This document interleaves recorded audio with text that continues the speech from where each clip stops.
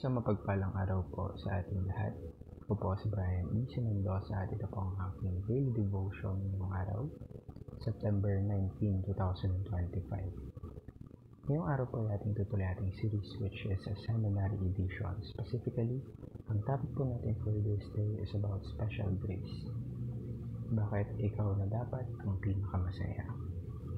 Now, para po sa araw na ito, ang talata po natin na magkagaling sa 2 Timothy chapter 1 verse 9. Sabi po dito, basahin ko po.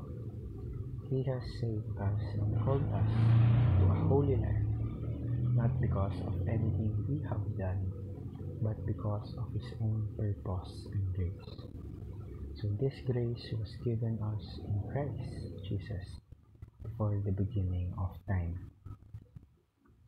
Now, upang ating mas malawaan kung ano ibig sabihin ng talatang ito, at upang mas maintindihan natin ating devotion, ngayon po tayo pagdadako sa ating teaching for today.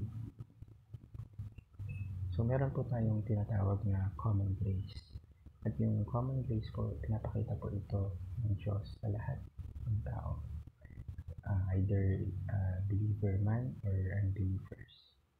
That's why, for example, ng araw, nakikita ng lahat na ito ay nag-rise. And also yung ulan. Nakikita din ng lahat na umuulan. And yung buhay natin, it continues for all people. Even those people who don't acknowledge Him. Pero meron din tayong tinatawag na special grace, which is naka-reserve para sa mga taong naniniwala kay Kristo. So this is the grace na nag-save, na nagpo-forgive,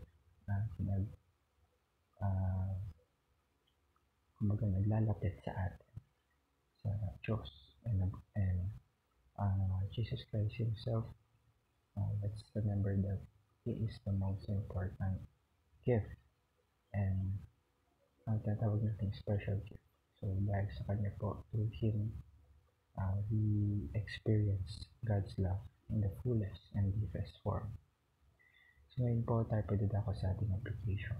So ano nga ba yung mga dapat natin gawin or i-apply sa ating mga buhay?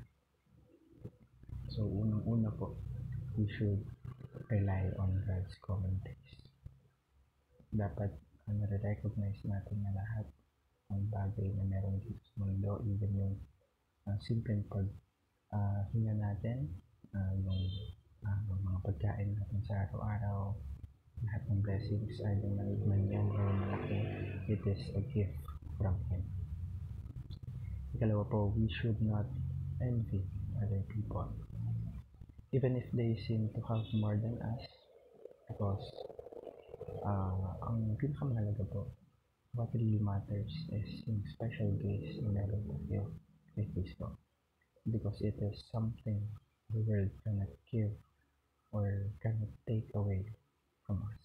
And also, we should thank God for His special grace, remembering yung salvation to Jesus Christ is far greater than any temporary blessing na maaaring i-offer sa atin ang mundo.